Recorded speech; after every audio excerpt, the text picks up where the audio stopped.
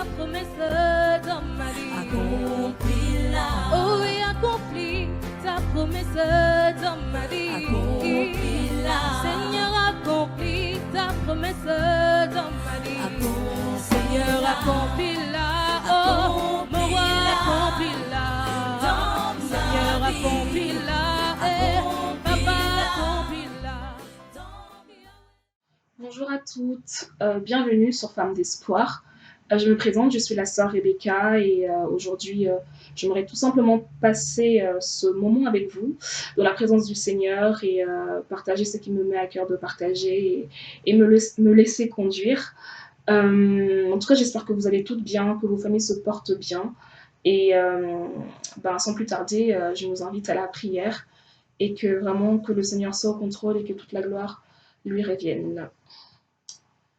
Merci Seigneur pour ta grâce, merci pour ta miséricorde Yahushua, merci pour ton amour, merci pour ta bonté, merci pour le souffle de vie que tu nous donnes en ce jour Seigneur. Père, nous te remercions Papa pour ta grâce, nous te remercions Père pour ta présence dans nos vies Seigneur mon roi Papa. Je prie que tu puisses être au contrôle de ce moment Seigneur, que tout ce que je dirai Seigneur, que tu puisses vraiment conduire Seigneur mon roi Papa. Et je prie aussi pour mes sœurs, Seigneur mon roi, peu importe là où elles se trouvent. Je prie, Seigneur, que tu puisses être au contrôle. Seigneur, que tu puisses parler à leur cœur, que tu puisses les assister, Père. Je prie pour leur famille, je prie pour leur vie. Seigneur mon roi, Père, que ta main soit au-dessus d'elles, Père, au nom puissant de Yahushua Mashiach. Père, que toute la gloire te revienne, que l'honneur, la louange te soit rendue, Père, au nom de Yahushua. Amen. Avant de partager les versets que j'ai à cœur, j'aimerais vous partager un chant pour la gloire du Seigneur. Et voilà. Je désire marcher avec toi. Je désire marcher avec toi. Même si le chemin semble long et interminable, même si le chemin semble long et interminable. Je désire marcher avec toi.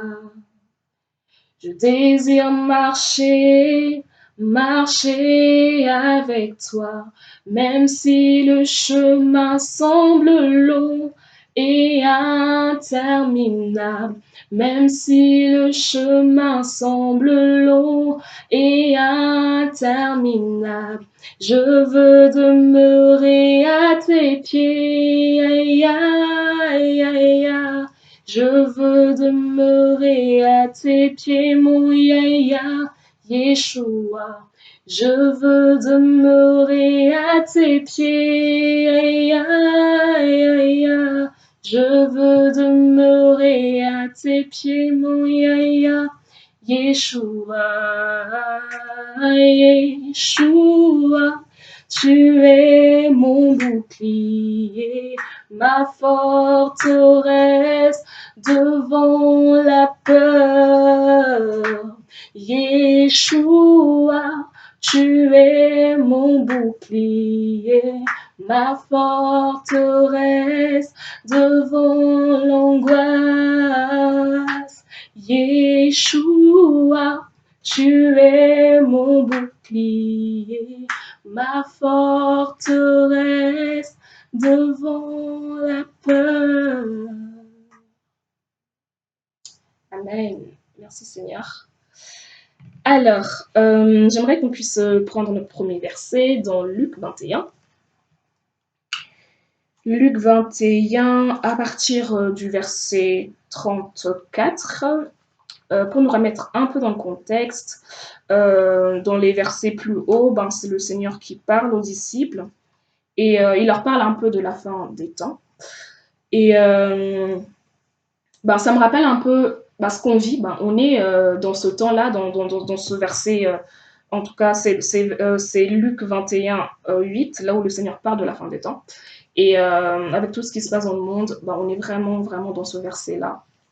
Et donc plus loin, en fait, dans le verset 34, le Seigneur va nous exhorter à veiller. Donc je lis au nom du Seigneur. Mais faites attention à vous-même de peur que vos cœurs ne soient surchargés par les excès de vin ou l'ivrognerie et par les soucis de cette vie, et que ce jour-là ne vous surprenne subitement, car il surprendra comme un piège tous ceux qui habitent sur la surface de toute la terre.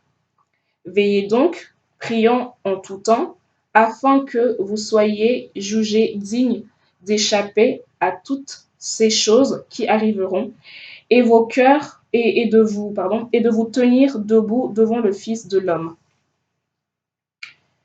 On va s'arrêter là. On va s'arrêter là et on voit que le Seigneur, en fait, il nous exhorte à faire attention.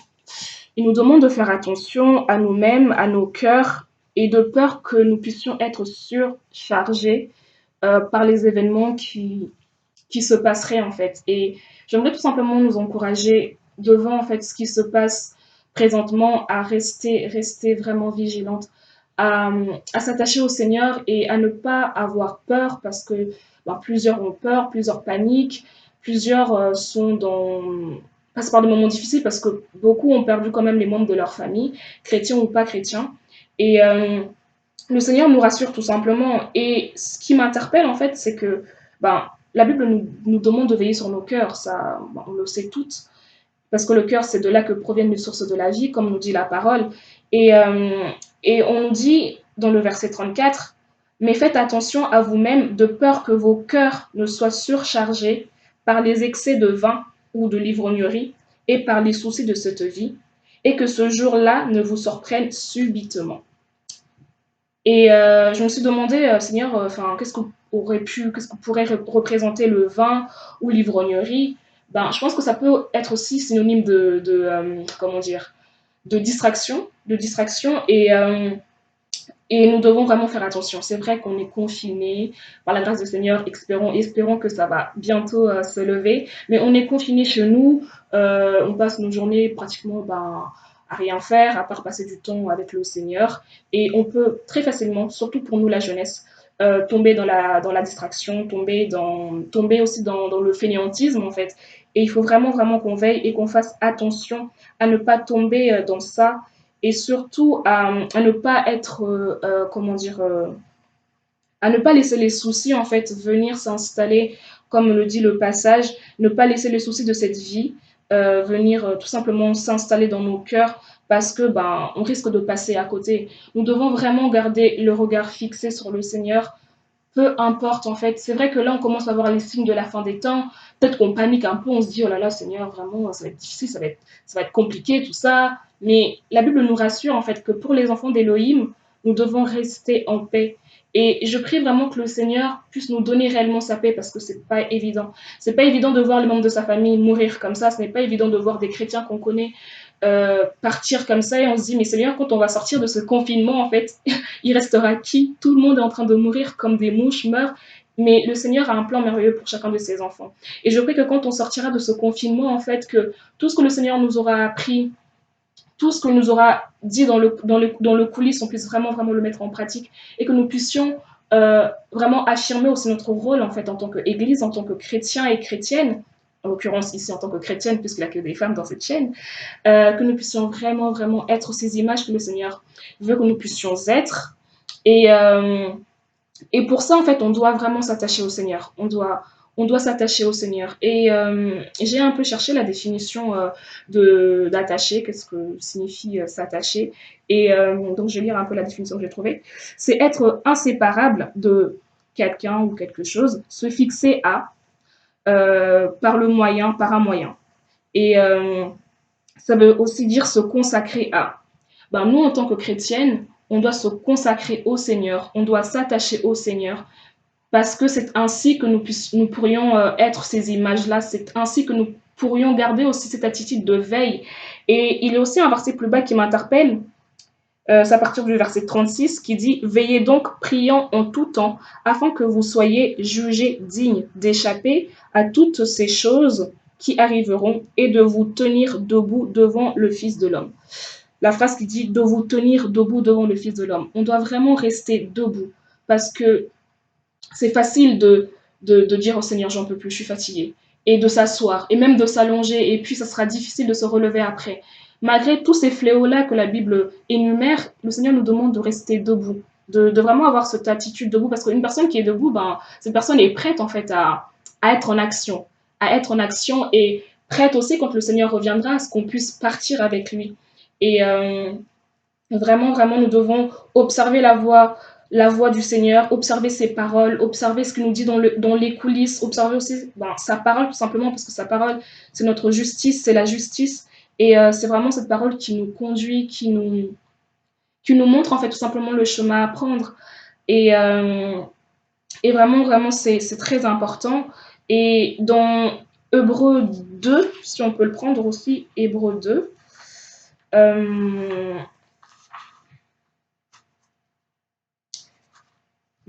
voit dans Hébreux 2, en fait, avant de dire ma pensée, je vais d'abord lire le passage.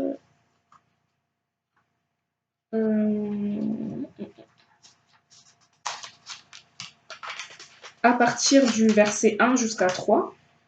Alors je lis.